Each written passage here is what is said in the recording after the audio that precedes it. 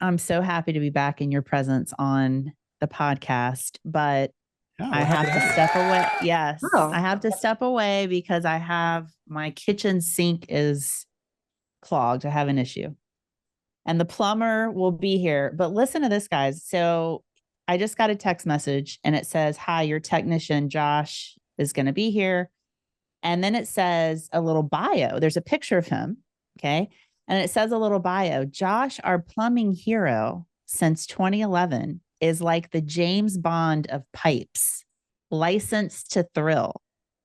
He consistently delivers service so top tier, it's practically celestial. Challenges fear him. Tough plumbing issues beg for mercy in his presence. And when he's not wrestling with wrenches, Josh effortlessly switches gears to quality time by the water, showcasing his unmatched talent for outsmarting fish and proving that even plumbing superheroes need a real break. that's really funny for just a plumbing issue. I Yeah. love Yeah. it. This is the text message that I got. They called and they said they were on their way. And then immediately I got this text message. Now, all this hinges on him fixing your issue. But assuming that he does so quickly and efficiently, that's a great experience.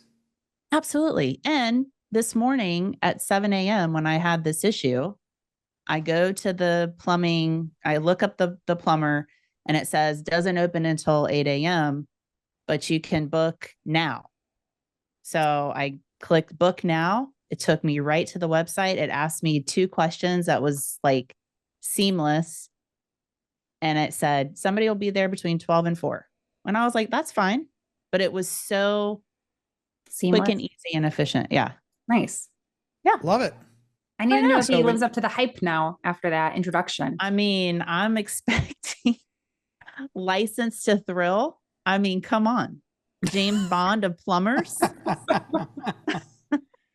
Well, Can at least only you will get feel better. comfortable. And I think the other interesting thing, which I mean, I don't want to not give them credit, but they're giving you something to talk to him about. Mhm. That's what Because I'm there's also saying. that awkwardness of like, hi, I'm Joe. I'm Yeah. here to fix your sink. Okay, great. But if you, and I'm not one of those people, my wife is one of those Right. people who just wants to like hang around and watch the person do whatever they're doing. Right. Right. Then you can ask them about fishing. So Yeah. what I do you, mean, how like, often do you fish? What do you, yeah, this is giving me so many ideas for handoff. Just saying. That's right. Okay, Yeah. well, let's get started. Welcome to episode 340. I'm Kevin Oakley, and with me today is Jackie Lipinski and Jen Barkan, who Woo! will be leaving us at some point because unfortunately she does not live in a new construction home. No. And so her kitchen sink is clogged. Plumbing issues. You just need a better horsepower. Man, I got the turbo. I got the Okay. freaking turbo thing. And of course, my husband was like, "What did you do?" You've been washing And I'm like, dogs in the sink again? Is that "What what did it I is? do? What do you mean? Maybe it was you that put something down here." Yeah. I don't know. All right. Well, story time. Let's get to it. Jen, since you haven't been here in 2 months, we're still know. friends, right? Everyone Yeah. I seems think very so. concerned. Oh my gosh. I have just been, Kevin, Besties. I have missed you. I've missed you, Jackie. I see Jackie more than I see Kevin because Jackie and I have some awesome builder partners together. But I have been traveling. We have been, we took our daughter down to vet school, which was like a kind of a vacation because it's in the Caribbean. Which was funny yesterday, somebody's like, how does one go to vet school in the Caribbean? And I'm like, because that's the only place she got in. Good for her. And that's why she's there. And then my husband was won this like President's Club trip for his business as a salesperson. So then we like 2 days later, we got back from the Caribbean and then we went to Arizona. So it has been crazy busy. That's and great. I'm getting ready to come to Columbus next week, Kevin. Ooh. I will Okay, be well, in I'll your tell you neck where of to the woods. eat. Where not to eat. I'm gonna be in my homes. They you have will. You'll be with them. plans. Oh, they have good ideas. Yeah. Yeah. On food. They have plans for us. Yes. Yeah, that'll be good. Didn't you last time but you came to Columbus? Didn't I get invited yes, to you like join came. in I somehow? invited you. I was like, inviting Kevin. I don't know what we went bowling or something last time, Yeah, duck remember? pin bowling. That's right. Yep. They have something planned for us, something with, is there like a cool soccer stadium or something Oh, nearby? yeah. Well, they are the official builder I mean, of I don't know. the MLS team Okay. in town. Yeah. Okay. Oh, So yeah. that's, Oh, you're we're gonna have doing fun. You're gonna something, have fun. with that. Okay. Story Okay, time. story time, Focus, story Jen. time. Sorry. Focus. I know. We go down rabbit holes. Okay, so story time is about Sam, who is, in starting his new home Your son. career. My son Sam starting his new home career. He's actually been with the builder for 1 year. He just posted it on LinkedIn. It was so cute. But his company has decided to, in an effort to increase post appointment follow up, like from the on-site level. Yes, I was reading your article, Kevin.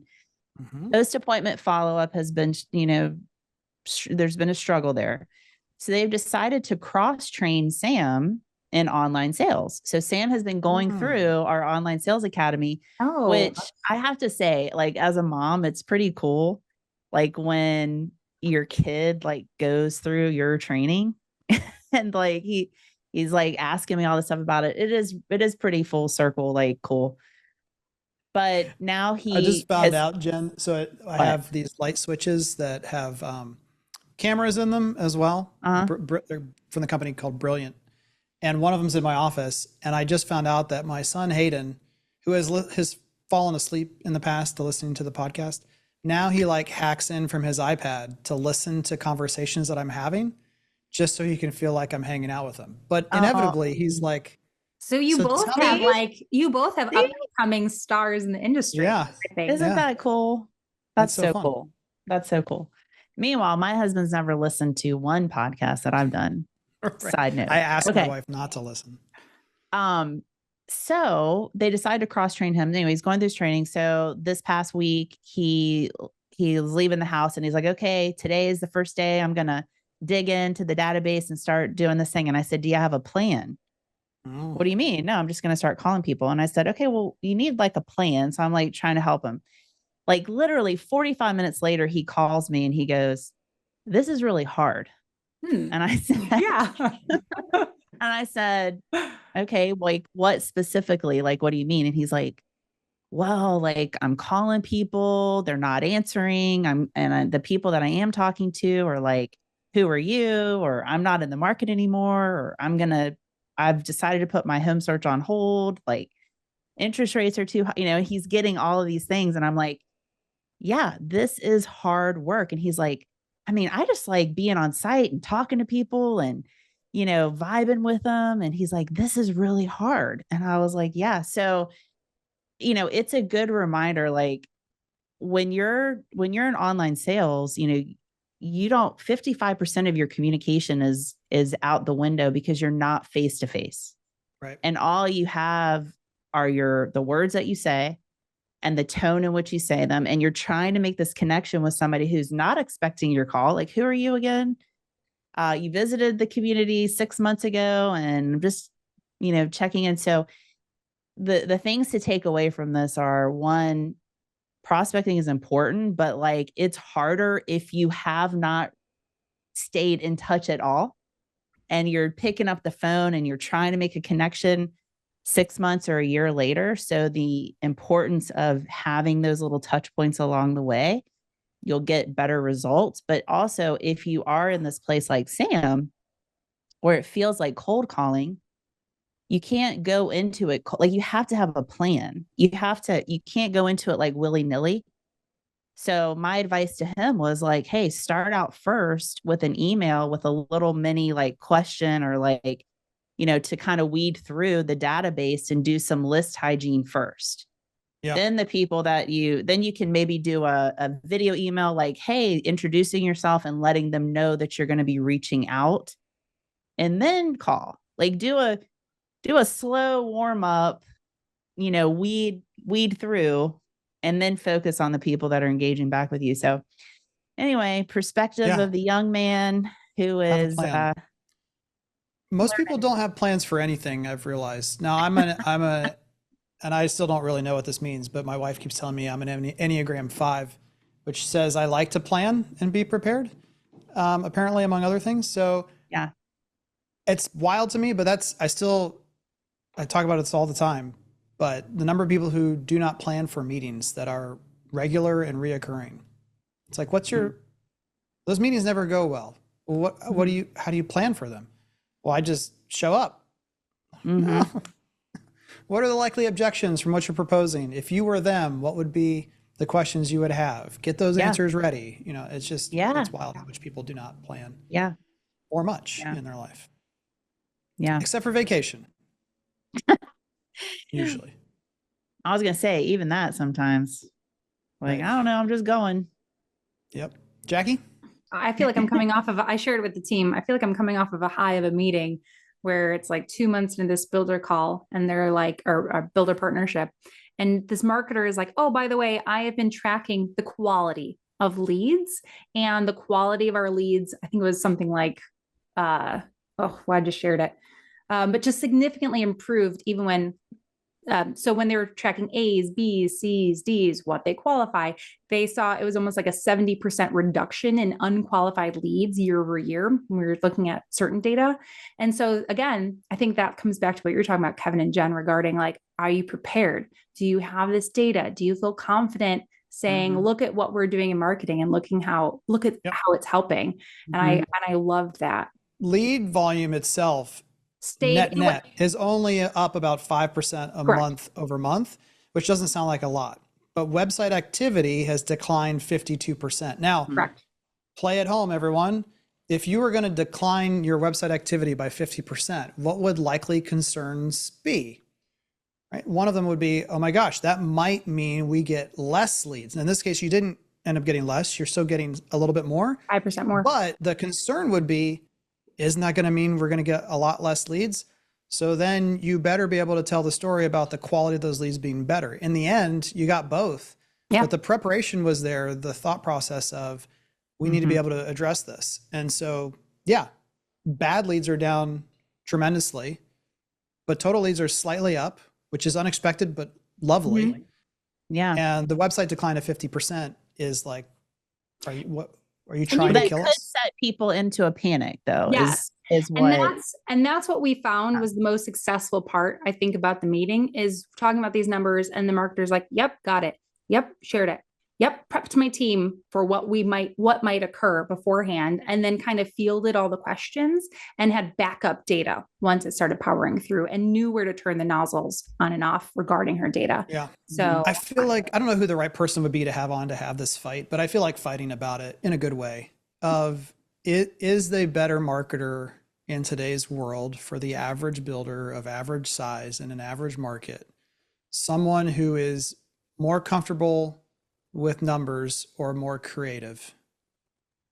We don't need to answer that now because we don't have time, but I'll be right back. I have a similar experience to yours, Jackie. Yeah. Where this guy is not from our industry, but just came in, looked at the market proof algorithm and said, this makes complete sense to me, followed it. And they keep hitting it month after month. And their sales volume goal doubled in May and they missed the sales goal by 1, but everyone was like, we didn't even think we'd get there. Like, this is still pretty incredible. And so none of what he's doing is necessarily creative, but he's holding the team account. This is a VP of sales and marketing, holding everyone accountable for their part, but just feels really comfortable with like what the numbers are showing him. Yeah. But also not following in them blindly either. Yeah. I think that is the balance too. And having that, you talk about having the street cred or building up or understanding, I think we joked last couple of weeks, it's like, okay, we can tell which 50% of marketers have amnesia of what happens like every season, or which ones just need to be reminded, or which ones go, yep, expected this. Here's how I explain it. Here's what we know, and how to prepare for that future and how to think about that even for months ahead of time of what to expect in their data and how they need to, we talked, and I know if Jen was here, she'd talk more about this too, is like, if you have a gut feeling, like if you think leads are taking longer, are you analyzing that? Are you breaking down that data? And how are you planning for that? Working backwards and forward with your info. So Yeah, kudos to the good marketers in the industry. And this is perfect because I was worried that Jen might be mad when I talked about this. So Jen, are you there? She's with her. No? Okay. All right. So my story time is just a word about benchmarks because it's starting to kind of drive me insane how people are looking at benchmarks to either make themselves feel better. Oh no, she's back. Oh, just in time. I heard benchmarks. Yeah. So benchmarks are driving me crazy, Jen. They're driving me crazy. Let's talk, Kevin. Because all of the context around benchmarks that I've been hearing for, let's just say, almost the last 60 days is either, oh, I feel so much better now because I'm within the range of the benchmark. Or, well, how am I supposed to know what to improve if I don't have a benchmark for it? Yep. Benchmark equals average or starting point. The only numbers that matter on a continual basis are your own. And there's no reason to I forget what the person who was talking about this with me on Tuesday said. Something about the idea of pleased but never satisfied with results. It's like, yeah, that's okay to have for all of the metrics. Yeah. So to look at, so there's. I agree with you. Part of this is why I keep railing on AI is as human beings. And if you're going to see me talk at PCBC or probably still at the summit, I'm going to keep hammering this home. Humans want certainty in their life. And guess what? There is no certainties to be had. But a benchmark feels like something real you can grab onto and be like, oh, okay, so then I'm good enough or I'm not good enough. That's not the point. The point is to just tell you where the averages are. Or if you've never collected this data before, you don't even know how to collect it. You got nowhere to begin. Here's your starting point. That's right. But it's not so looking for like, well, I only want to look at benchmarks that are builders of my size. I only want to look at benchmarks of builders who are at my price point. That makes no sense. I only want to look at benchmarks of community builders or on your lot builders or all this. It's like the really big average is in some ways, I think, kind of the most helpful when you're thinking about averages. Like the more average it is, the better. Right. Look at what your last quarter was. Look at what the prior year was, and those same metrics and those same benchmarks. Measure it against your, like, know where you are at first and foremost. And then use it kind of just to see, like, okay, what's the average of everybody across the board? But to your point, like, don't get comfortable just because you are like in. Well, someone in a conversation, Jen, was like, well, we were just floated the idea of like using a different set of benchmarks. So then we hit them. No, I was like, don't move the goalposts. Like that's not how life works. Hey, what? Yeah. Now, again, that's because they were hitting their head against a particular roadblock where they couldn't get to where the industry was. And so they felt like they were constantly losing, but you don't have to, the average benchmark shouldn't be your goalpost anyway, to really, Jackie. It's like, are we making consistent progress on this over time? I mean, when I talk to owners, again, this is something that will drive owners nuts, is anyone who works for them or senior leaders who are good, anyone who works with them, whoever just says like, well, we've hit the peak in this benchmark, so we're just going to ignore that from now on. Imagine trying to get away with that in any meeting you have with a senior leader. Is like, yeah, we realize that we've got a great metric on this, so we're just not going to report that metric anymore. We're not going to try to get better. What?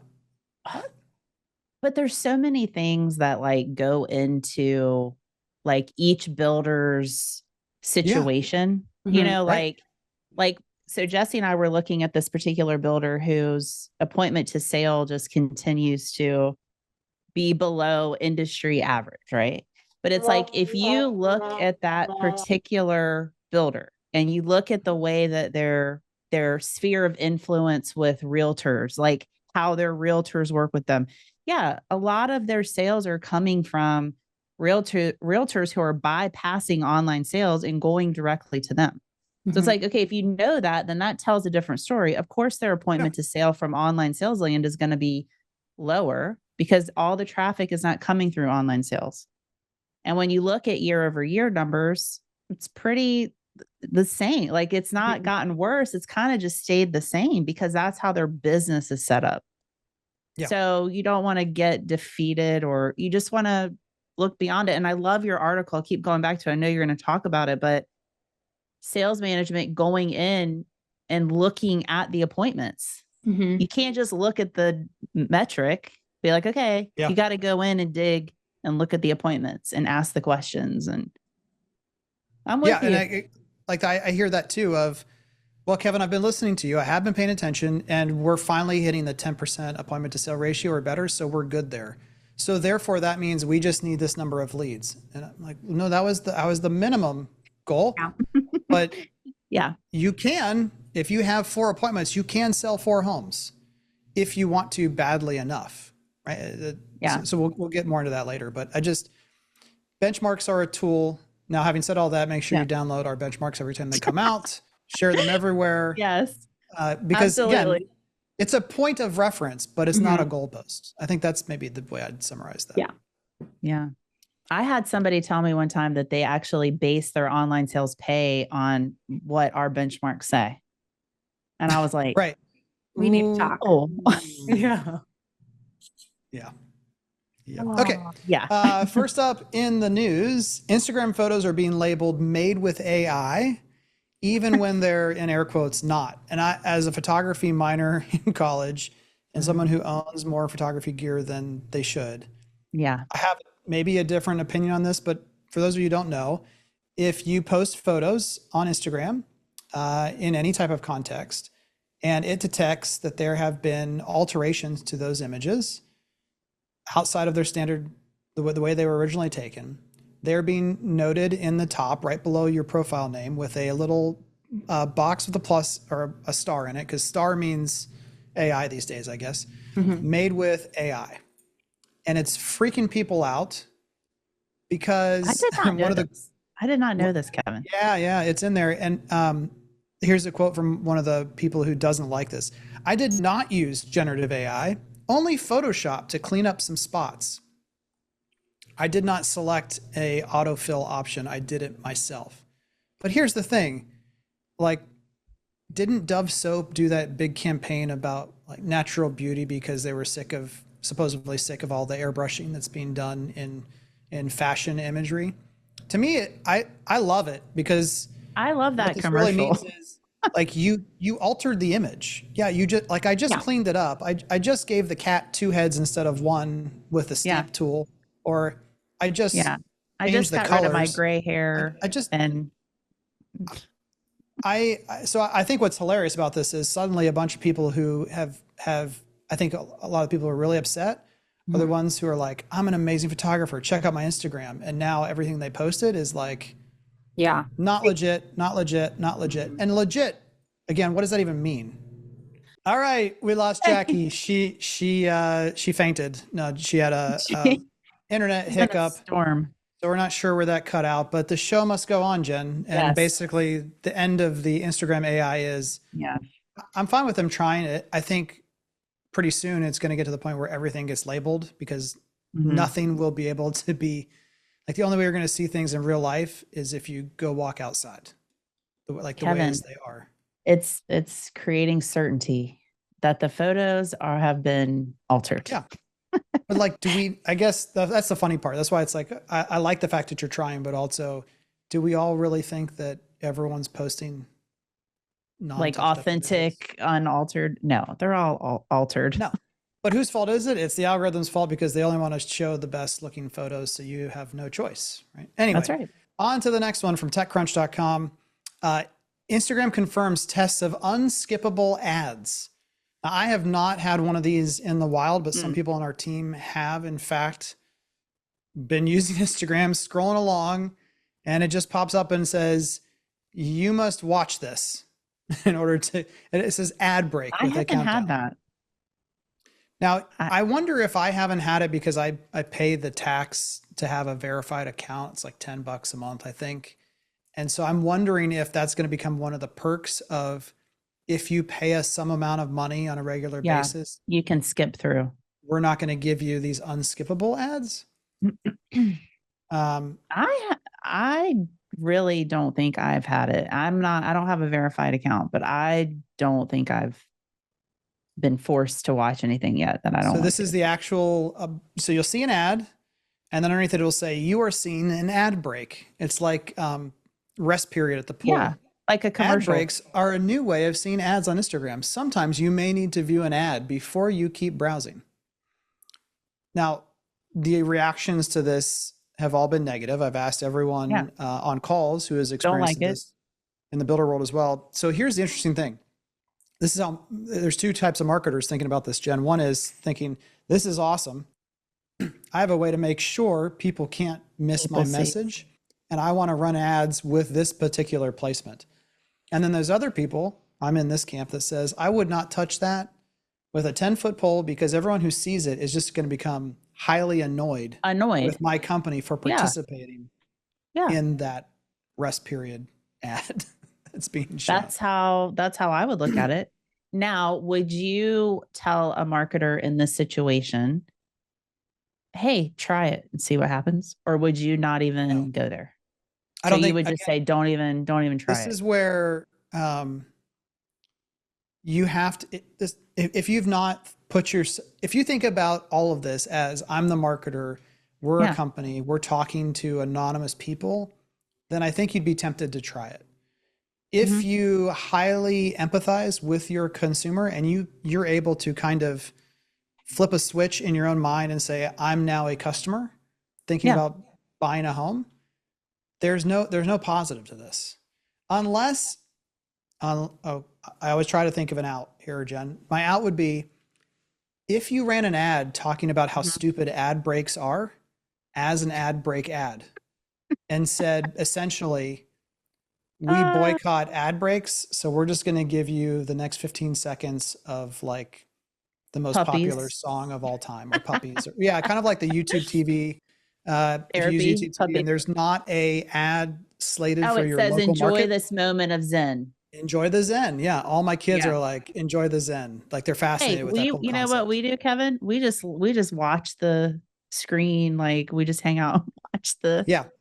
So, I mean, that would be a fun way to attack it. It would just be like, we hate ad breaks too.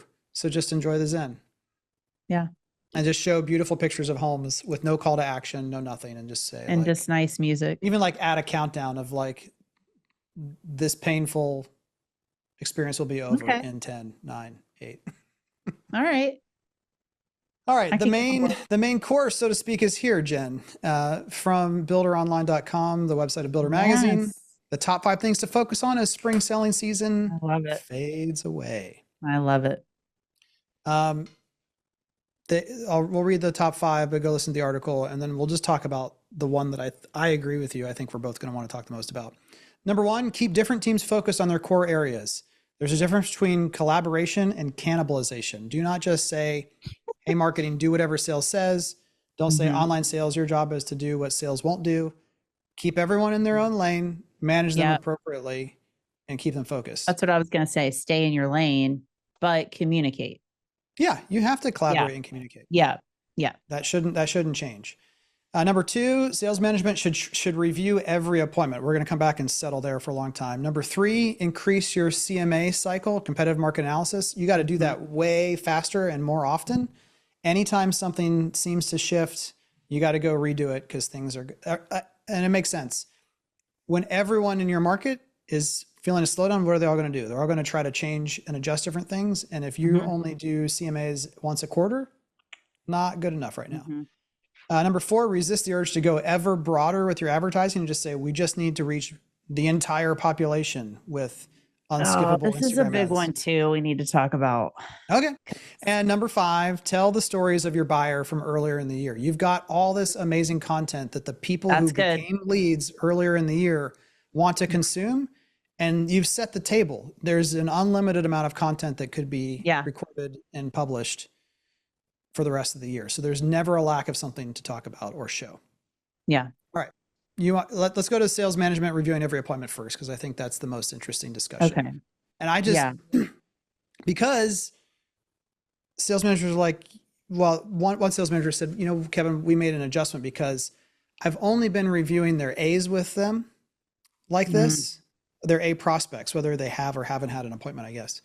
Yeah. And she said, I've adjusted it now to say, we're going to review your A's and B's as the market slowed, but gosh darn it, they just shifted the rating from B to C. So we'd have fewer people to talk about, which this is it's kind of paradoxical of sales manager is the person who should be in a position to help you the most, be a sounding board, say, oh, no, we could do that. Maybe let me check on that. Let's try to figure out how do we manufacture sales with this raw ingredient we have in front of us of a customer, potential customer.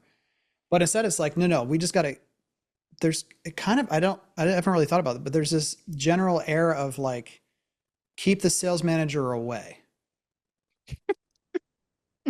Stay out of my business. Yeah. I don't say nobody. Most salespeople don't want their managers, online sales and sales, don't want their managers peeking under their hood and asking them questions. And, that's because they're so good. They're annoyed with questions.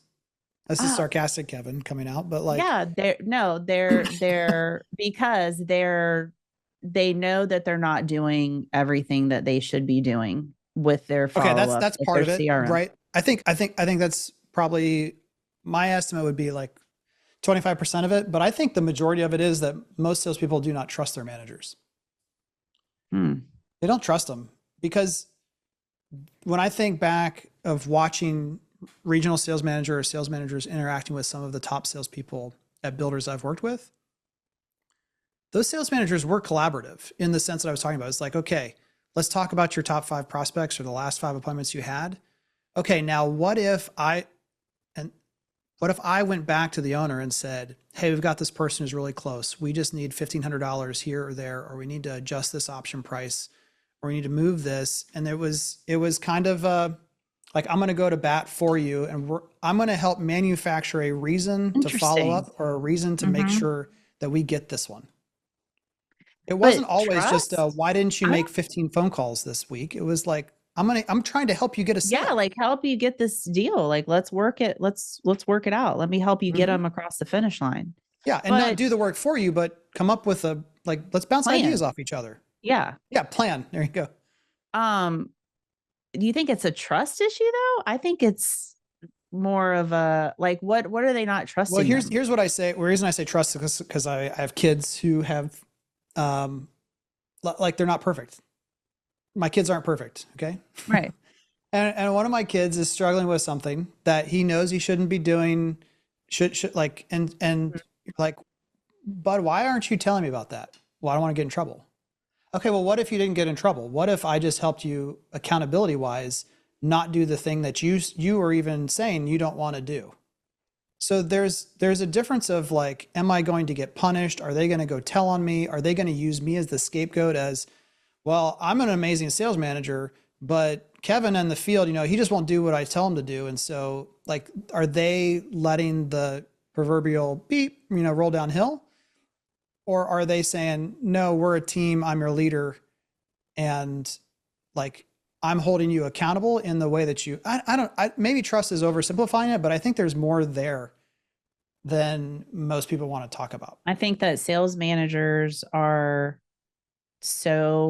spread so thin that the time that they need to spend coaching and training and sitting down and problem solving is taken up by all of the fires that they have to put out on site with construction and all of that. Let's use the word coach for a second here, Jen, because here's I might be totally disconnected here. Send us feedback on this, because I'd love to know. I get the sense that most sales managers have been turned into make sure the salespeople are following a process managers. Again, not collaborative. It's like, why didn't you do your follow-up? Why didn't you put in your ratings? Why didn't you do this? Why didn't you do that? And yes, coaches run drills, but then in the game, a good coach doesn't just say like, I told you to do this. Why didn't you do it? No, they teach. They're pulling the player aside and they're saying, hey, like, I trust you. I believe in you. We've practiced this. Go do the thing. How can I help? Let's figure something out. They're not just, I don't know. It's a difference between a manager and a coach. Like if you're managing somebody versus leading them, or if you're managing somebody, if you're managing a process or managing a site or managing problems versus coaching that person to do better than they did yesterday. Yeah. Or do better than with the next customer. I think it starts with a lack of standards, because again, most sales managers are like, yeah, I know my salespeople aren't using the CRM properly. Okay. Then I can't work collaboratively with you. That's a natural consequence of not using your CRM well, is I don't know how to work collaboratively with you. You're unorganized and all over the board, and there are no notes. And so I guess we can't come up with a creative incentive that only applies to that one customer that might get them over the finish line, because you don't even know what they really want. Yeah. 3 bedrooms is not what they want. They want more than that. Right. There's more there.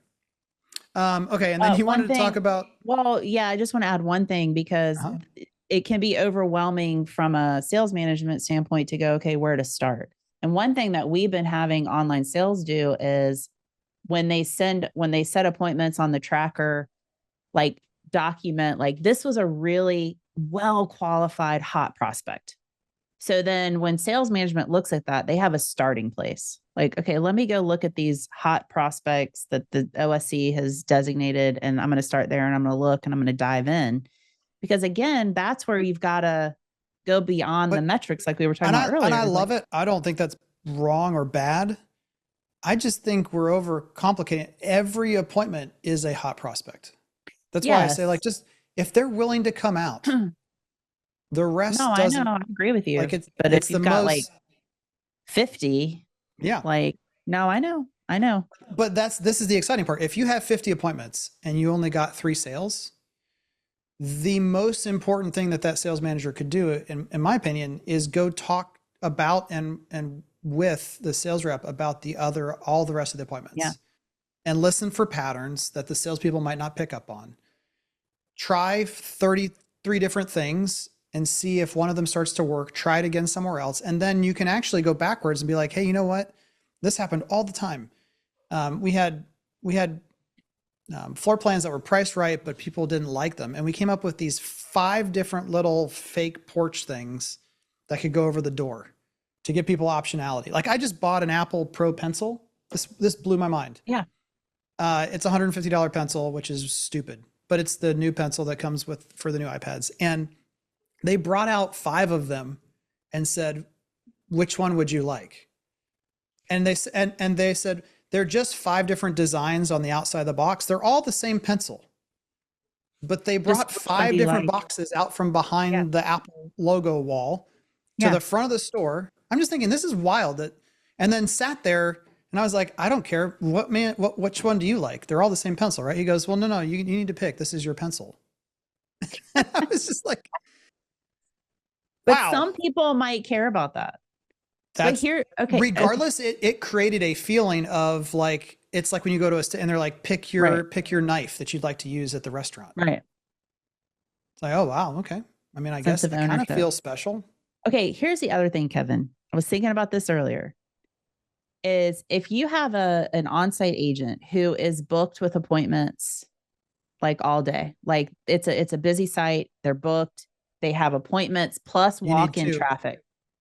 I know. Okay, let's say there's 2, and let's say everybody's busy. Get 3. And then okay, so you're going, but see, this is where I go and I think about, like, when I have a busy day, like when I'm booked with like appointments, I've got a lot going on, then your administrative time dwindles and you suffer. So we're expecting these on-sites to put out fires, manage their backlog, take new traffic, do all this, but then also nurture their leads. You got to staff differently. You got to staff differently. You got to set expectations. You got to put windows, set up fences differently. Right. Like, fences exist for a reason. And sometimes people don't know, like a new person comes along and they're like, why are there fences set up to like schedule blocks for 1 hour for a first appointment? That's dumb. Let's just get as many appointments as we can. Well, then you take down all the fences and you realize they were to keep the animals out or the animals in. And now they're just animals wandering everywhere, getting eaten by predators. No fences. Like, fences and limits are not bad. So you either have to adjust staffing or you have to say, this is the minimum time period. Like, I can go this lots of different ways, but Starbucks is in a crisis right now because originally they realized that they were losing a lot of money because people were waiting in line for a Starbucks. Yeah. And then they'd leave because the line was too long. So then all this energy goes into mobile and to delivery and all these other things. And then suddenly someone's thinking about like, why did I just pay $9 for a lukewarm Starbucks to be delivered to me? This doesn't make any sense. Remember, Starbucks used to be one of those third places, and now most of their stores are so small with such limited seating. So they created this demand by creating a premium experience, which all builders should be, regardless of price point, a premium experience because by definition, the thing you're buying. And then we're like, well, this is a hot one, so we're just going to have to make sure all the first appointments are 30 minutes, and we're just going to slam them and cram them in, 8 a day. Good luck. Yeah. You're doing what Starbucks just did, and the Starbucks stock just took a huge hit, like 20% in a day or something ridiculous, because all of a sudden they're like, people aren't buying Starbucks the same way anymore. Well, that's right. Why? Is it it's everything, and now it's going to take them forever to undo all that. Yeah. So, yeah, I mean, who does it serve to slam in that many appointments? That's what I'm saying. It doesn't help the customer. Nobody. It doesn't help the business. It doesn't help the salesperson. Right. It helps no one. Right. Agreed. That's someone sitting in an office looking at an Excel spreadsheet saying, I know what's best. Mm-hmm. And can't have 3 people on the site. That would be ridiculous. So go read the article because we didn't even really talk about the core element here. The only thing sales management should be working collaboratively with salespeople, reviewing every appointment that's held, because appointments are the highest definition. It's like 4K, 8K insight into what's going on. Whereas website activity and website volume is not high bandwidth. It's low bandwidth. It's like someone clicked. Okay. But this person sat down, priced stuff out, listed out objections, listed out desires. And we're just like, yeah, I mean, I could keep going on this, but I know we're running out of time. But I just recorded an opt about what a team is doing where they've changed their structure of their sales team to own like a green and a red team, and only green gets appointments if they hit a certain appointment to sale conversion. Yeah. And if they don't, that's the Uberization we've been talking about for like 5 years now of why would you not? Right. Now again, but isn't that a great way to address the capacity issues we were just talking about? Yes. So if you're on the red team, then you focus on follow-up or walk-ins or whatever. You're on the green team, you get the appointments. Mm-hmm. Interesting. I mean, there's questions I still have about that of how do you navigate from one team to the other, or how do you like break out? Are you stuck in the green team for 2 years? Every month it's evaluated, and your appointment to sale conversion is looked at on a monthly basis, and whether you move from green or red or whatever. Yeah, I love it. Yeah. Report back on that. Okay. You wanted to talk about resist the urge to go ever broader with advertising? I just want to say, had a situation yesterday where builder said, everybody's panicking. So now we're doing crazy advertising. We're doing media. We're doing billboards. We're doing all these things. And our leads shot up from 600 a month to 1,000 a month. But guess what? They're crap leads. And the conversions have plummeted, and the OSCs are going crazy. And so, yeah, just like we could reinsert Jackie's story time here again of it's not about that, but I'm just telling you again, this is where collaboration that's not happening, where you're not getting feedback. The number of marketers that I interact with, not that we necessarily coach, but just interact with through content we put out, they are lead obsessed creatures, and it's harming their entire organization. Yeah. Yeah. And it's like, okay, we don't even need all these leads based on your sales goals. Well, this is where AI is not helping us, because all of the tools that they're using to get these incremental leads, they're telling the AI, you only win if you get a lead. And the AI says, guess who's willing to create a bunch of leads for us? Spam accounts, fake accounts. And so then it just happens. Like realtor spam too, like all these like spam realtors and like crazy spam stuff happening. Yep. And once you start that, it's hard to stop it. It's hard to unwind it. Yeah. Yep. Okay, go read the article. And then we'll have a kind of an enhanced version of the article on our own site as well in a little bit with some illustrations and maybe a few more points as well. Man, so we went really long on that. Which means we're just going to jump straight to, well, here, the last one was from the New York Post, but basically almost 40% increase in the number of used homes on the market year over year. And this goes back to why I was saying you need to do competitive analysis more rapidly. Yeah. Buying cycles are elongating is another thing we keep hearing of customers are taking longer to make decisions. And the longer they're on the fence and they're still going online, looking at whatever has been put on the market in the last week on the used side, they might find something that checks all the boxes and is in the right price point and become a problem for you. What do you love or what do you hate? Current favorites, current things we hate. You have here gardenias. What are those? Gardenias are my favorite flower in the month of June because they smell so good. They're all blooming right now around me and makes me happy. So that's my favorite right now. Yeah. And Josh the plumber, he's my favorite right now because he's downstairs fixing. There you go.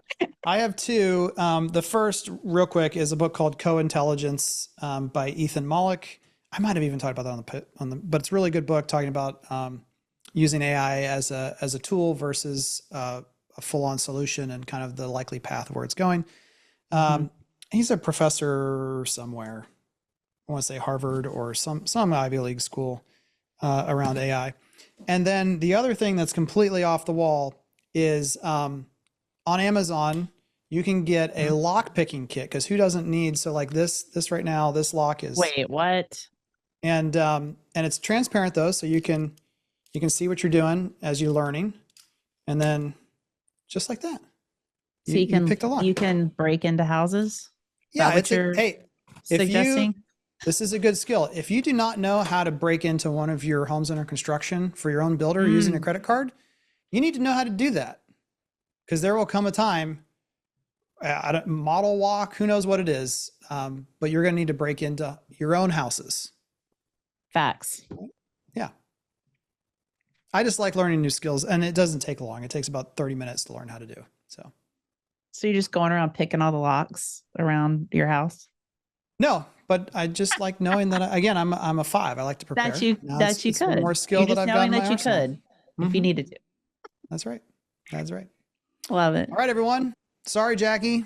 Oh, Jackie. But she gets the joy of listening to an episode that she's only on for the first third of, and then the rest, who knows what we're saying? It's new to you. I don't know. One of the downsides of being on the show is you're like, I don't have anything to listen to this week. I know. All right, everyone. We'll see you next time. Thanks, Kevin.